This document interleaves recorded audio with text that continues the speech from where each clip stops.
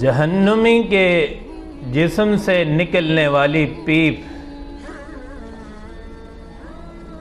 حضرت ابوبکر صدیق رضی اللہ تعالی عنہ فرماتے ہیں، جس آدمی نے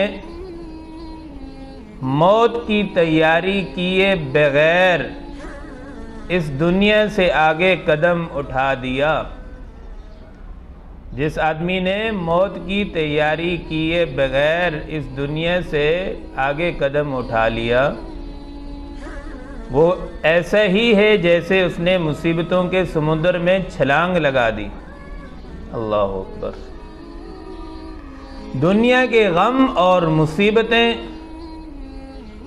آخرت کی پریشانیوں کے مقابلے میں کوئی حیثیت نہیں رکھتی۔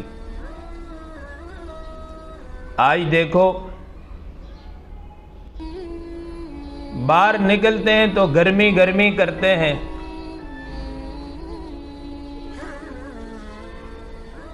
اس گرمی کی کیا حیثیت ہے؟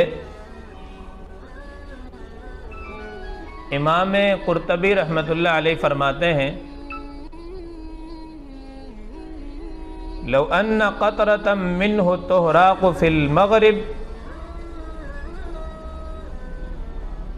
اگر جہنمی کے جسم سے نکلنے والی پیپ کا ایک قطرہ، جہنمی کے جسم سے نکلنے والی پیپ کا ایک قطرہ مغرب میں بہا دیا جائے تو وہ اہل مغرب اس کی بدبو سے، پورا اہل مغرب بدبودار ہو جائے گا ایک قطرے سے، اور اگر ایک قطرہ مشرق میں بہا دیا جائے تو اہل مغرب بدبودار کر دے گا۔